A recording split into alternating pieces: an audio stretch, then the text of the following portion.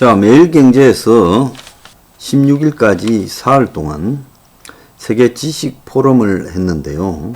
거기에서 나온 이야기가 미국에서 테이퍼링, 즉 자산 매입 축소가 진행되면 신흥국에서 자본이 유출되어 거시경제 압박이 심해질 거고, 미국발 통화정책의 변화가 경제 리스크가 될 거다라고 말을 하고, 그래서 금융위기 이후에 저금리 기조에서 자산 가격, 즉 주식, 채권, 부동산이 뛰었는데 코인까지요. 그래서 미국 증시가 지난 1년간 사상 최고치를 수십 번 경신했고, 집값도 10년 전에 비해 2배가 올랐고, 가상화폐도 한때 돈이 쏟아졌고, 아직도 비트코인은 비싸게 거래되고 있습니다. 그런데 미국의 연준이 5월 금융정보안정보고서에서 자산 거품 리스크가 고조되고 있다고 경고했고, 우리는 미국보다 더해서 6년 만에 아파트가 2배가 올랐죠. 코스피도 1년간에 60%가 올랐습니다, 작년에. 그래서 세계 지식 포럼에서 투자자들이 지금 시장이 과대평가되고 있다는 것을 알아야 한다.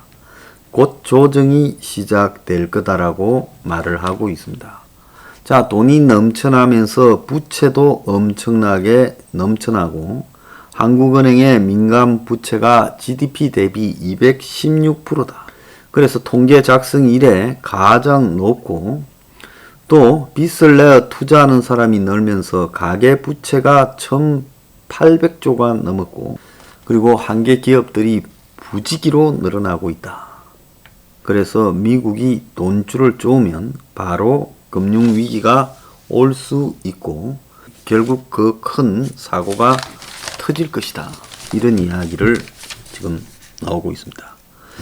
근데 중국의 지금 헝다그룹 부채가 351조에 이르는 중국 최대의 부동산 재벌입니다. 광동성 심천 선전에 본사가 있고 부동산 회사고, 창업자 쉬자이는 재작년에 362억 달러의 자산으로 중국 3위, 세계 22위의 부자예요. 근데 이런 거대한 이 부동산 회사가, 개발회사가 351조에 이르는 부채를 감당 못해서 파산 지금 직전이고, 150만 명의 이 헝다그룹이 지은 주택을 분양받은 선분양자들이 직격탄을 맞게 될 거고, 중국 시장에서 부동산 위기가 시작될 거다. 그래서 2008년에 글로벌 금융위기가 미국의 리먼 브러더스라는 은행의 일로 터졌지만, 중국의 헝다그룹 사태가 이제 새로운 금융위기의 징조가 될 거다. 이런 이야기가 나오고 있습니다. 중국은 최근 주요 은행들을 붙여서 헝다그룹과 하고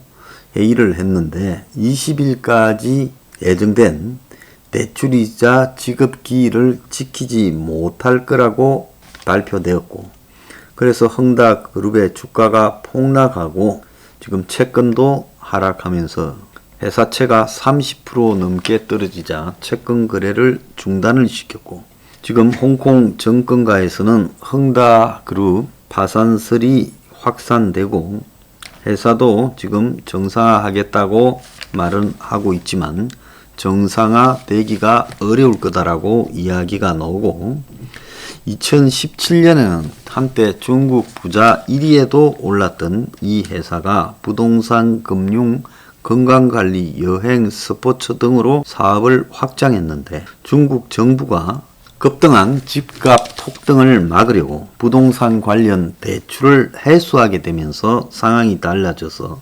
헝다그룹에 돈줄이 막히게 되고, 부채가 6월 말 기준으로 우리 돈으로 351조, 자기 자본이 74조인데 부채가 474% 비율이 있다는 겁니다.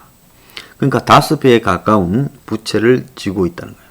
그래서 이걸 해결하기 위해 애를 쓰고 있지만은, 별 뾰족한 방법이 없고, 이들이 폰지 사기처럼 선분양권을 받은 사람들한테 계약금을 받아서 또 다른 개발 사업을 해왔는데 이제 파산해버리고 나면 줄줄이 사탕으로 다 무너질 거다. 그래서 중국 전역의 부동산 사업이 올 스톱 될 거고 부동산 시장 전체의 데미지를 이렇게 매길 거다.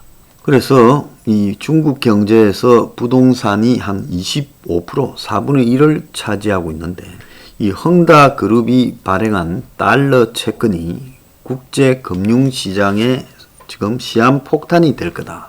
그래서 헝다 그룹이 달러채가 총 31조 2천억인데 자, 이것이 중국판 리먼 사태로 이어질 수 있는 게 이런 달러 채권들이 전부 휴지 조각이 될 거고 그렇게 되면 결국은 부수적인 쇼크가 계속 올 거라는 겁니다. 그래서 헝다 그룹을 위기를 과소평가하는 것도 있지만은 그 중국 정부가 모든 일을 해결할 수 있다는 것은 이제 한계에 왔다는 겁니다. 너무 커서 too big to fail 실패할 수 없다라는 헝다 그룹이 풍전등화의 위기에 와 있어요.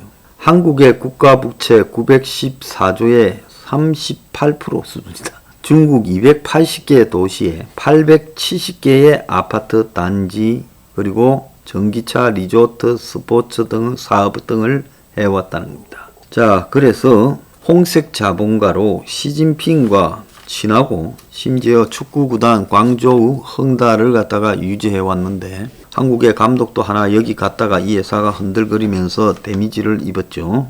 자, 이 부분과 관련해서 한국도 지금 한번 오늘 기사를 보세요. 대출 혹한기 은행 월 7천억을 대출 규모를 줄인다. 5대 은행의 대출이 올해 11조 남아있는데 실수요자들이 지금 은행이 대출을 줄이면서 피해 가능성이 높아지고 있다는 겁니다. 그래서 5개 시중은행이 지금 6% 룰이라고 이 대출 증가율을 작년 대비 6%로 맞추려면 추가 대출해 줄 수 있는 금액이 11조 5천억 밖에 없다는 거예요.